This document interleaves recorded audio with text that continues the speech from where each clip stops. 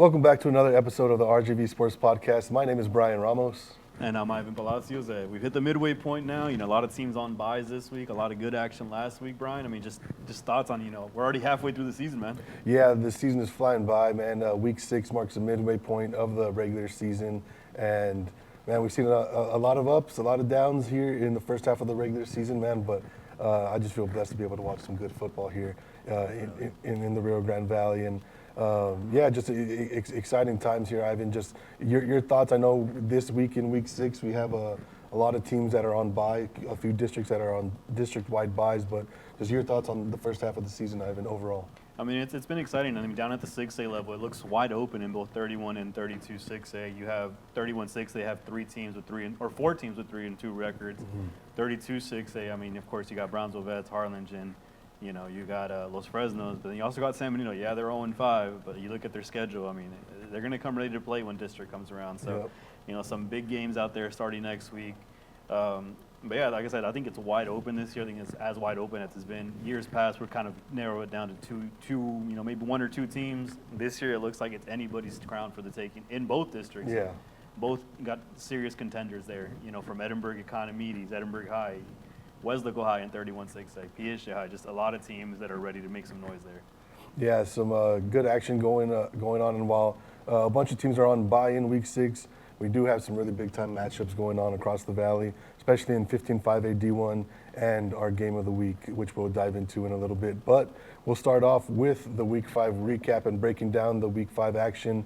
And as always, we'll start with the week 5 game of the week, Ivan. And it was not much of a game. It was game of the week, but man, McCown Memorial came out here and they were on fire from start to finish. They blow Mission High out of the water, 48-0 in District 16-5A D1 action. Memorial improves to 4-1 overall, 2-0 in District. Mission, they fall to 3-2 overall. But this Mission team, they're 0-2 in District, but they've played some really good teams. So the McCown Memorial, they post nearly 500 total yards of offense in the game. J.P. Garza and Braxton Spates, both over 100 yards, both with 2 touchdowns for the Mustangs. And then quarterback Kane Coy and Michael Alaniz also connect for a touchdown, and Alaniz finishes with over 100 yards receiving. We've seen what a big play threat that Michael Alaniz has been here over the first half of the season. And yeah, just a really big, impressive win for McCown Memorial. And this shows that McCown Memorial chasing that district championship in 16-5A D1. They got all the tools to make it happen. Of course, they'll have to get past Edinburgh Vela to make that happen, as Edinburgh Vela is also 2-0 in 16-5A D1. So big win for the McCown Memorial Mustangs, rolling on all cylinders. Defense played well. They bent a few times but never broke. They kept Mission out of the end zone, which is hard to do because Mission has such a good offense and good quarterback and good skill weapons. So really impressive win all around in all phases for McCown Memorial, as they got to be feeling good on their bye week here in week 6. So congratulations to the Mustangs on a big week 5 game of the week win. And Ivan, we'll toss it to you, man. What game stood out to you the most here in week 5? One of the biggest ones this week was on Thursday. You had Los Fresnos hitting the road to Richard Flores Stadium to take on an Edinburgh High team. Los Fresnos obviously coming off that loss to PHA High. Mm-hmm. They got outscored 33-7 in the second half during that one, and they're coming in to take on an Edinburgh High team that had won 2 straight, 3-1 going into that one, and had just broken into our top 10. So it wasn't pretty to start. Los Fresnos was down 7-3 at the half. You kind of saw those the stuff from last week. They were kind of not finishing drives and stuff like that, and then like the week before they turned things around. And this time, they're the ones outscoring them. They outscore the Bobcats 35-7 in the second half, and they take down Edinburgh High 38-14. A huge bounce-back win for Los Fresnos. I think they needed it after that loss to PHA High. It's demoralizing. You lose 30. You give up 33 points in a game before, in the second half that leads to the loss. Yeah. These guys came back. They bounced back nicely, and Robert Pineda over 274 total yards, 4 rushing touchdowns, and then you had their third-string running back Tyler Stachwick. 16 carries, 108 yards, and 1 touchdown. Steps up big for Los Fresnos this week. And, they improved to 4-1. They got one more district or non-district game to go before kicking off district. And I think that's what they needed to right that ship. And you got to give a shout-out to quarterback Jake T. Santamaria from Edinburgh High. He doesn't start the game, but he comes in and finishes with 2 rushing touchdowns, both of Edinburgh High's touchdowns, including one was over 30 yards. So shout out the Falcons, huge bounce back win. They improved to 4-1. Edinburgh High drops to 3-2, heading into that bye week. But, I think they're pretty confident going into that district. Like I mentioned before, it's wide open. Yeah, they're coming off a loss, but against a really good Los Fresnos team. They hung tough for most of the game. Yeah. It's just, Los Fresnos' firepower really showed during that second half. And that's what quarterback Robert Pineda said. They want to show that they're not just a strong defensive team, but they got that explosive offense. So once again, congratulations to the Falcons with a huge 38-14 win over the Bobcats on Thursday. And, Bryan, you had a pretty good Thursday matchup yourself. Whoa. A pretty good one on paper, I should say. Yeah, it was a good one on paper. In District 15-5A D1, PSG North hosted Corpus Christi Veterans on Thursday at PSG Stadium. And these two teams played 2 years ago in the Region 4 5A D1 final. And Corpus Christi Veterans won that game 20-14. PSG North seniors were sophomores when that game happened. They remember what it was like to lose at that level, and they wanted a little bit of get back here a couple years later, and they definitely got that get back, man. PSG North picks up a dominant 35-7 win over Corpus Christi Veterans, and Corpus Christi Veterans touchdown came in just with under 2 minutes left in the fourth quarter. So really, just dominant performance from start to finish from PSG North. They came out and they really set the tone. Defense, they forced a 3-and-out, and then offense, they went ahead and marched and scored on a 31-yard run by Ethan Guerra on a draw that kind of just broke the backs of Corpus Christi Veterans. And when you're converting 39s on the ground, that's got to be backbreaking. And that defensive stop to open the game, that touchdown on a 39. Kind of set the tone for the offense, and that was kind of all she wrote. PSG North was hitting, man. They forced 4 fumbles, recovered 3 of them on the night. Ethan Guerra had over 200 all-purpose yards, 2 touchdowns, and then Nick Torres scores 1 rushing touchdown, 1 receiving touchdown on a pass from quarterback Darren Garcia, who also rushes for 1. So a big win for the PSG North Raiders, man. They improved to 4-0 overall. They won their 24th straight regular season game. Just impressive all-around performance from PSG North as they, in a battle of 2 playoff contenders, but PSG North chasing that district title. Corpus Christi Veterans, they got some work to do if they hope to compete for a district title, and certainly a playoff spot. So we'll see how Corpus Christi Veterans can bounce back, and PSG North, man, they move on to another big game this week, which we'll dive into when we break down our Week 6 preview. So big win for PSG North, 35-7 over Corpus Christi Veterans. Ivan, and back to you, man. We had another good matchup between some 6A powers go on here in Week 5. Yeah, on Friday, my job took me over to PSG Stadium for a matchup between the Brownsville Veterans Chargers. Everyone knows about them, against a PSG High team that was riding high after that win over Los Fresnos. And, Brownsville Veterans came in with a game plan. They wanted to establish the run. They wanted to, as they do, they wanted to keep PSJ's offense off the field was the main thing. That explosive offense. We saw them go off a couple weeks ago against Los Fresnos. And they did. First drive of the game, 5-minute drive, over 70 yards, take a 7-0 lead. They force a field goal on the next drive for PSGI, and then they add another touchdown. Cesar Belmontes with the first 2 touchdowns of the game to take a 14-3 lead. And for me, one of the biggest plays of the game came in that second quarter. PSG is in enemy territory. They're facing a 4th and maybe 10. And defensive back Eros Pineda comes out, lays a big hit to force the incompletion. I think that just really set that physical tone that kind of, set that, I don't want to say fear, but, once you get hit like that, you don't want to go over the middle anymore. And from then on, I think it was all Chargers. After that, Storm Montoya throws a 50-yard touchdown pass to Mark Samano. PSG did make a little bit of a comeback. They cut it within 5, with a couple minutes left in the 4th. But next drive, next play, Alvin Trevelyan breaks a 50-yard touchdown run and kind of just break the backs, like you said earlier, and kind of just, put that game away. Just to, put the icing on the cake, though, Eros Pineda comes up with that interception at the last drive for PSG. Second one of the game to kind of just seal the deal. And a huge win for the Chargers. I think, they've had an up and down year. They lose to St. Joe's in Week 2. Week 4, they lose to Laredo Alexander in a close game. And I think people were starting to question, are these Chargers real? they came in, they stated, they sent a message, we're still here. And that was the message after the game. They want people to know we're still here. And the past 2 years, they've started 2-2. People started to doubt them, and you saw how that turned out last year. You know, we still got a long way to go. We're halfway through. We still got another half a season to play. But I think Friday was a huge statement for them and established themselves, you know, as one of the top teams in the Valley with that huge 35-23 win over PSJ High. You know, make sure to check out those highlights. We post-game interviews from that game. They're on our YouTube channel. You know, just a quick little plug right there. Yeah, absolutely. Yeah, check out our YouTube channel for post-game interviews, highlights, and of course, this RJV Sports podcast coming to you every week. And yeah, big win for Brownsville Veterans, man. Definitely. I mean, shoot, they lost to PSG High last year in the regular season, and coming off a loss into this one, they had a chance to, you know what I mean, go one way, and Brownsville Veterans definitely stepped up to the challenge, showing that just what that team is made of, as you said, Ivan. So big win for Brownsville Veterans. And then we had another Brownsville team in action, Brownsville Pace taking on a Roma team. Both these teams off to good starts this year, Ivan, and Roma picks up a big 41-26 win in a game that featured, I mean, some of the best backs that we got here in the Rio Grande Valley. Adrian Salceda for Pace, over 200 yards and 2 touchdowns in a losing effort. But Roma comes up on top, 41-26.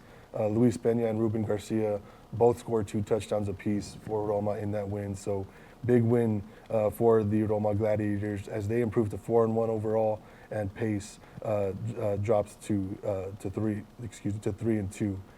So big win for Roma as they move on here to a big Week 6 matchup that we'll get into in a little bit, Ivan. And I know we had some other teams in action that we'll preview in just a second, but we had a good one go down between Ed Cauchelsa and Port Isabel. Yeah, I mean, Ed Cauchelsa jumps out to an early 21-7 lead. You know, they score on a long touchdown pass to Matt Cano. I think it was 75 yards. Defense gets a touchdown, too. It's swoop and score. You know, but Port Isabel doesn't back down. They, you know, storm back, tie the game, and then Dylan Green scores in the final 30 seconds of regulation to beat Ed Cauchelsa 28-21. They're at their home, and you know, it just goes to show you these Port Isabel Tarpons are for real. They're 5-0 on the year.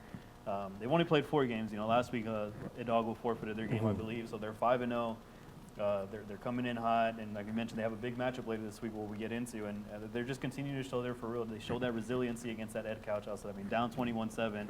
The kind of offense they run, it's not easy to come back, but they made plays when they needed to. Luis Ramos 2 touchdowns in that one. And on Ed Cauchelsa's side, I mean, their offensive struggles are continuing. I mean, the defense with 5 takeaways during the game, including a defensive touchdown, and they still couldn't get it done. I think, you know, there's some question marks there as they, you know, prepare for district. The defense is good. Can the offense figure it out and, you know, kind of match that energy heading into district play? But I'm not too worried about them. You know, that district is wide open too, like most of our districts this year, I would say. But absolutely, you know, it's definitely kind of a regrouping week for Ed Cauchelsa. But congrats to the Port Isabel Tarpons, you know, coming back and winning that one 28-21 against the Yellow Jackets on Friday. Yeah, and with our Week 5 recap in the books, we'll move on to the top 10 breakdown, breaking down the RGVsports.com football rankings with our top 10 5A, 6A teams, our top 4 sub 5A teams, and our Coastal Bend top 4. And we'll start with the big dogs at 5A, 6A, Ivan. PSG North and Edinburgh Vela both hold on to the top spots. PSG North, big win over Corpus Christi Veterans. Edinburgh Vela, big win over Mac High to improve to 5-0 overall for the SaberCats. And then our number 3 team, Westaco East, they were on a bye this past week. But they'll be back in action with the big one coming up here in Week 6 that we'll get into. But Westaco East comes in at number 3 at 4-0 overall. And Ivan, our number 4 team, that takes us back to the 6A level with the Harlingen High Cardinals. Yeah, man, Harlingen High, you know, they're coming off their 2nd straight win since that loss to Edinburgh Vela. You know, 2 weeks ago, they only put up 6 points against Laredo United South. This week, they pour on 38 against Mission Veterans. Their offense, 5 guys rushed for touchdowns, or 5 touchdowns rushing, 2 by Noah Huerta, 1 by Jonas Serna, 1 by freshman Hassan Woolery, and another by senior Torin Duran. And, you know, it's a huge win for them, especially, you know, with 1 non-district game remaining. I think the biggest issue coming out of that one is senior quarterback Jonas Serna goes down with an injury, possibly out for the year. You know, it's the freshman's time now. You know, he's going to have to step in there. 1 non-district game to go against Cuero later this week, and then into district. So, more than likely it will be Hassan Woolery there at quarterback going forward, and it's just going to be interesting to see how that plays out. But he's got a good defense behind him. He's got a good back next to him. You know, they say the running game is a young quarterback's best friend. Well, he's got one of the best running backs in the valley right next to him to help him out. So, absolutely. You know, they continue. They move to 4-1 and hold on to that. Move up that one spot to number 4 in our rankings. Yeah, and up to number 5 is McAllen Memorial, who picked up just a complete steamrolling over Mission High, 48-0. They move up 2 spots from number 7 to number 5. And then back to our number 6 team, Ivan. Brownsville Veterans, it comes in at number 6. PSG High at number 7. And Los Fresnos there at number 8. 3 6A teams that have all sort of ran into each other so far. I know Brownsville Veterans and Los Fresnos will once they get into district, but those teams at 6 through 8, they seem just really close, and it's kind of neck and neck between those squads. Yeah, I think honestly you can interchange. You can argue, oh, Los Fresnos should be 6, or PSG High should be 6, and Vets should be 8. But I mean, 3 really good squads, like you said. Vets beats PSG High. PSG High beats Los Fresnos. Los Fresnos and Vets play later this year. It's an interesting dynamic there. I think, like I mentioned earlier, 6A is wide open, and this just goes to show you. I mean, these teams are all capable of beating one another at any given day. Brownsville Vets moves into our ranking after dropping out, since that loss earlier this year. And, PSG High is coming off a loss. Los Fresnos wins last week. So, I mean, it'll be interesting how the rest of the season plays out for these teams. You could really move them around any way you want there. I think they're all, they all have something that the other might not be able to do as good, but any of one of them can beat the other on any given day. So, once again, Brownsville Vets comes in at number 6, PSG High number 7, Los Fresnos number 8, and then that takes us to a number 9 team, also a 6A team, the West Local High Panthers, man. They're red hot going into their bye week, 3 straight wins, including a 28-14 win over San Benito last week. And I think a lot of people might have counted them out after they started 0-2, but you got to look at who they played. I mean, they opened against, against a Harlingen team who's really good. Then you got McAllen Memorial week 2, who's our number 5 team. So 2 top 5 teams in the first 2 weeks. Yep. And they hung tough. I mean, it wasn't like they got blown out of the water. And then they come back and win 3 straight to really show, hey, we're here. We're not going anywhere. They were 32 6A champs a year ago for a reason. Yeah. Coach Stroman has those kids ready. Frankie Trevino stepping up there at quarterback. Chris Luna, one of the top athletes in the Valley. He can do it both ways. He's had some interceptions this year. He's caught several touchdowns. I think he's top 5 in the Valley in receiving. So they got the weapons there. And, I think they're only going to continue rolling. This bye week gives them a chance to get kind of refreshed and get healthy before kicking off district play in their new district, 31 6A this year. And then rounding out the top 10, we got 2 teams tied for the number 10 spot. Harlingen South, who opened the season in our top 10 pool. They break back in after picking up a big win last week. They won 2 straight, the Hawks have, and they got a big one on deck coming up here in week 6. And Sharyland High, they're also 3-2, just like Harlingen South. Both these teams got playmakers, man. I mean, Alvin Edwards had a big week for South last week. Calvin Harris for Sharyland High. So these offenses feature some really good players, and then they play some sound defense as well. So that rounds out the top 10 teams here at the 5A, 6A level. And then to run through our sub-5A top 4 teams, Port Isabel, they stay on top after picking up a big win over Elsa, which we touched on. Brownsville St. Joseph, they bounce back. They come in at number 2. They're 4-1 overall. And then Santa Rosa and Santa Maria come in at 3-4, both 5-0 overall. So shout out to them on their 5-0 starts. And then jumping into the Coastal Bend top 4, for the first time this year, Ivan, we had some movement at the top. Corpus Christi Miller suffers its 2nd loss of the year against Sinton. So that allows Corpus Christi Flower Bluff to jump them for that number 1 spot. Flower Bluff is 5-0 overall. They've just been on a tear this year, man. They're averaging over 55 points per game this year, and they got a big matchup this week in 15-5 AD1. So Flower Bluff, the new number 1 in the Coastal Bend top 4. Corpus Christi Miller, they dropped to number 2. They're 3-2, but they've lost to DeSoto and Sinton. Both They're state-ranked teams. Yeah, I mean, you can't really knock them for ranked. that. Yeah. So you're playing state-ranked teams. So they were in it with Sinton, man. I know Sinton's a smaller school, but hey, man, they gave them a really good game to show how good Miller is. Yeah. And then Corpus Christi Moody, they're 4-1. They make their debut in the Coastal Bend top 4, and then Toloso Midway comes in at number 4 to round out the Coastal Bend top 4 teams. heading into week 6. So shout out to those teams as we for putting together. I mean, the good first half of the seasons. You're not in these rankings if you didn't have a good first 5 weeks. So yeah, looking forward to the movement in these polls as we move on and eventually get to the end of the regular season in week 11. But yeah, it's a long road to get there. So we'll see how the second half of the season goes. And now, Ivan, we'll jump into the week 6 preview, and we'll start with that game of the week. We got a big one, 5A, 6A matchup between some two good programs and two of the best playmakers here at the quarterback position in the Rio Grande Valley. Yeah, so our RGV Sports Game of the Week takes us to Leo Aguilar Memorial Stadium in Los Fresnos this Friday as number 10 Sherilyn High takes on number 8 Los Fresnos. This is this Friday at 7 p.m. and you know, Rattlers are coming off back-to-back 50-point games. That offense is clicking. You got quarterback Calvin Harris, who's really come on as one of the better quarterbacks in the area this year. I mean, he's coming off a game with 577 total yards, 406 through the air, 171 rushing, 6 touchdown passes, 1 rushing touchdown. And, you know, that performance earns him our RGVsports.com Player of the Week. I mean, and rightfully so. I mean, those are video game numbers. And, you know, I'm putting that up with Shador Sanders in our, you know, EA college football. This kid's going off, man. But, I mean, back-to-back 50-point games, back-to-back wins for the Rattlers. You know, it's a team that we didn't know what to expect coming into this year, and they're clearly one of the better teams. They move into our top 10 for the, I think, first time this year.